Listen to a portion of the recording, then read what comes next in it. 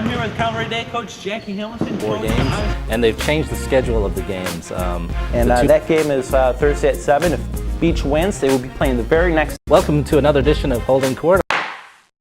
Welcome to another edition of Holding Court, and this is our postseason edition of Holding Court.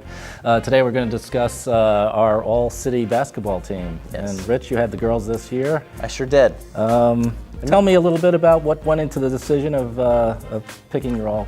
Well, the way I sort of approach these is I sort of use the regular season to sort of, determine, the nominees, who's really sort of separated themselves and with their regular season play. But you can't just pick one player off of the regular season because there's so many different variables. And then the postseason comes along, and that really is a huge determining factor.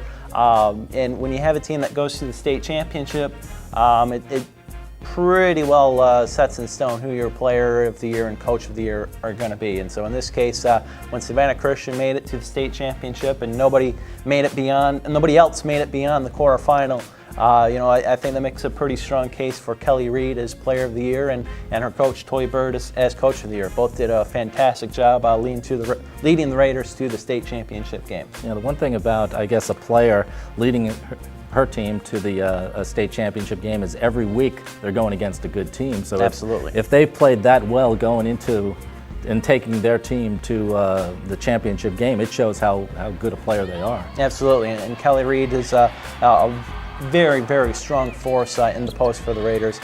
She's a left-hander, so that sometimes throws off defenders a little bit, going the opposite way than from what they're used to sometimes. Very good mid-range shot. She can spot up and nail the jumper. She's strong in the post. And she moves well for a big girl. I mean, she doesn't have to handle the ball a lot on that team, but she's not afraid to handle the ball. She's good defensively. She's an all-around strong player, and only a junior, so she's only going to improve as she goes along. This year, she averaged 16.7 points per game. And as a big girl in the post, she's going to go to the foul line a lot.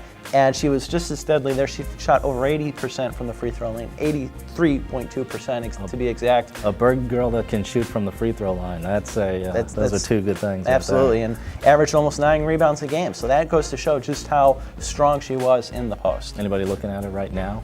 Oh, she's getting a lot of looks. But the thing about Kelly Reed is she's also incredibly bright. I know she's got Stanford and Princeton, among others, looking at her. So she is really going to have to decide, does she want to go academics first, basketball, or can she, do a combination of the two? And like I said, she's only a junior, so she's still going to develop, and she might turn into a premier Division I prospect. Wow. So it's going to be all up to her. I mean, she's a gym rat. She's going to work out a lot, and it's going to be very fun to see where she goes in the next year or so. And we saw she had a chance to play in the juniors game, in the All-Star game, the North-South Georgia Athletic Coaches. She sure did. She scored 7 points. And actually, it was funny. After the game, I talked to her. She said, "My free throws were horrible." We talk about 83% free throw shooter. She went like 1 for 7 during the All-Star game. But that really doesn't mean anything in the grand scheme of things. She had a nice game playing against the best in the state. She scored, I think, 7 or 8 points in that game.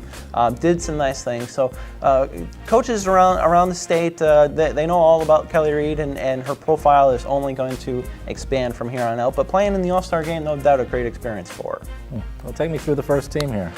First team, certainly in the running for Player of the Year all year was Sunny Kennedy at Calvary Day, perhaps the area's top point guard. I mean, she's an excellent passer, sees the floor very well, and she can get the ball where it needs to go. She averaged nearly 6 assists per game, along with scoring 14 points a game. So she really was the engine to the Cavaliers' offense, and has been for the last couple of years, really. She shot 48% from the field, 35% from behind the three-point line. So not just a point guard who passes, but she can also score when she wants to. Another girl who is all about scoring was Olivia Melvin from Bryan County. She transferred in before the year from Southeast Bullock and really gave the Redskins what they really need, and that was a legitimate scoring threat. Even had she not come onto the scene, Bryan County would have been an improved team. Mario Mincy's a good coach who preaches an aggressive defense, and he's got the girls who are willing to do that.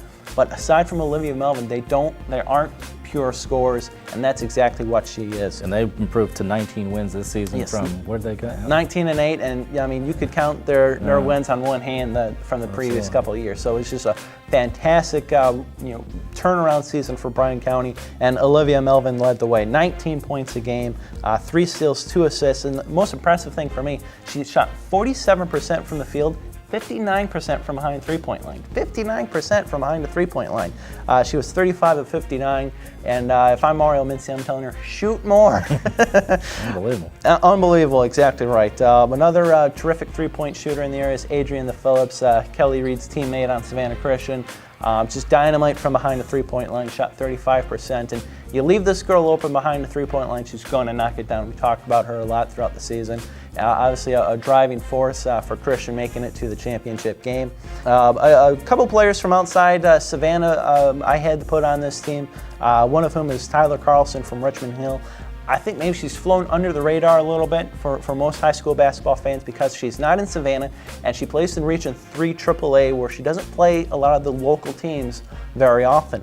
But she is just a dynamic player. She ends her career as Richmond Hill's all-time leading scorer with over 1,500 points in her career. She averaged this year 17 points a game, 4 assists, 2 steals. She is a fantastic all-around player.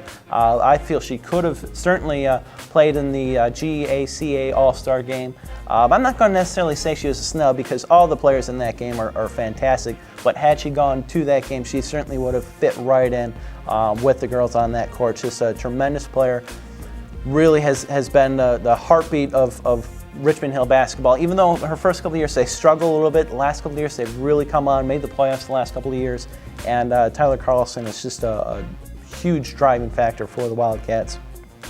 And also the final spot on the first team, Sheandre Lee from Bradwell Institute. Just a dynamite season, averaged nearly 20 points a game, 19.6, nearly 10 rebounds, led Bradwell to a 29-2 record, a berth in the state quarterfinals once again. Big girl, about 6 feet tall, but she can also handle the ball. She runs the floor very well. She's got a jumper, all-around quality player, and Bradwell's definitely going to miss her next year. And the coach of the year, Rich? Toy Bird, Savannah Christian. Obviously, anytime a team gets to the state championship game, the coach is a big part of that. And I thought the most impressive aspect of the job Toy did this year was towards the mid to late part of the regular season. Savannah Christian began the stumble a little bit. They had lost 3 times to Calvary Day, their rivals, and that upset them. They were beaten by Bryan County, who, while improved, wasn't as deep, wasn't as athletic as Savannah Christian. It's not a game Savannah Christian should have lost.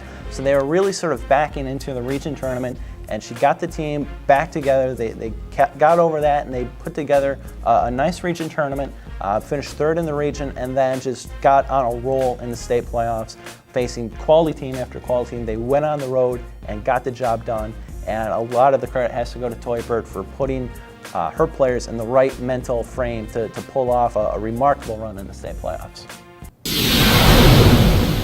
That is all for this season's edition of Holding Court.